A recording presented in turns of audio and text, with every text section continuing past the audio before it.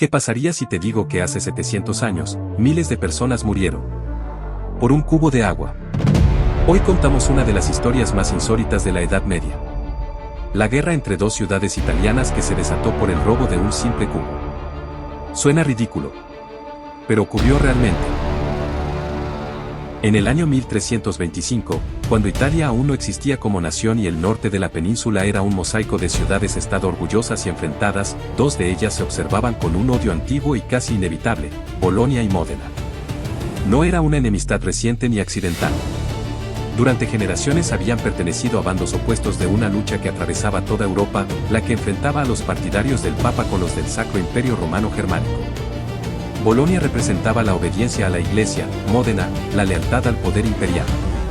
Entre ambas se había acumulado una tensión constante hecha de disputas territoriales, provocaciones y humillaciones nunca olvidadas. Bastaba una chispa para que todo estallara. Esa chispa no fue una gran traición ni un asesinato político. Fue algo mucho más pequeño.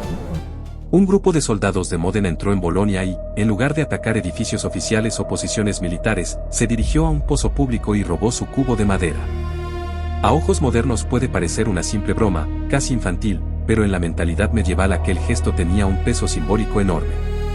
El pozo era un bien común, el corazón de la vida urbana, una prueba de que la ciudad podía sostenerse y proteger lo que pertenecía a todos.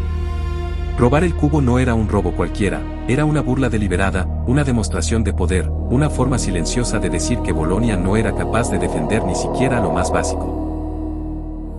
La reacción de Bolonia fue inmediata y, sin saberlo, fatal. Las autoridades exigieron formalmente la devolución del cubo, convirtiendo una provocación menor en un asunto de honor público. En ese momento, el conflicto dejó de ser evitable. Para Módena, devolver el cubo significaba aceptar la humillación; negarse, obligaba a su rival a elegir entre soportar la vergüenza o recurrir a la guerra. La respuesta fue clara y cruel. El cubo no solo no fue devuelto, sino que se convirtió en un trofeo, exhibido como símbolo de desprecio. Con ese gesto, la guerra quedó sellada. Bolonia reunió entonces un ejército imponente, de unos 30.000 hombres, convencida de que la superioridad numérica bastaría para imponer su autoridad.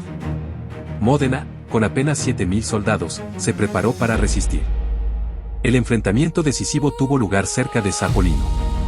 No fue una batalla heroica ni gloriosa, sino un choque caótico, breve y brutal, marcado por el miedo y la confusión.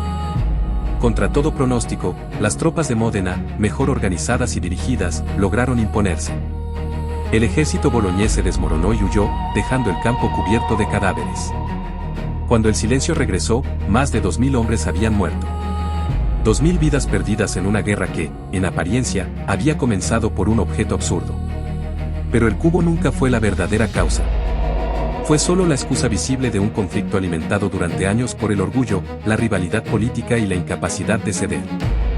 Módena, en un último acto de humillación, conservó el cubo como símbolo de su victoria, recordando durante siglos a Bolonia no solo su derrota militar, sino su fracaso moral. Hoy, la guerra del cubo suele contarse como una anécdota ridícula, casi cómica, pero encierra una verdad incómoda.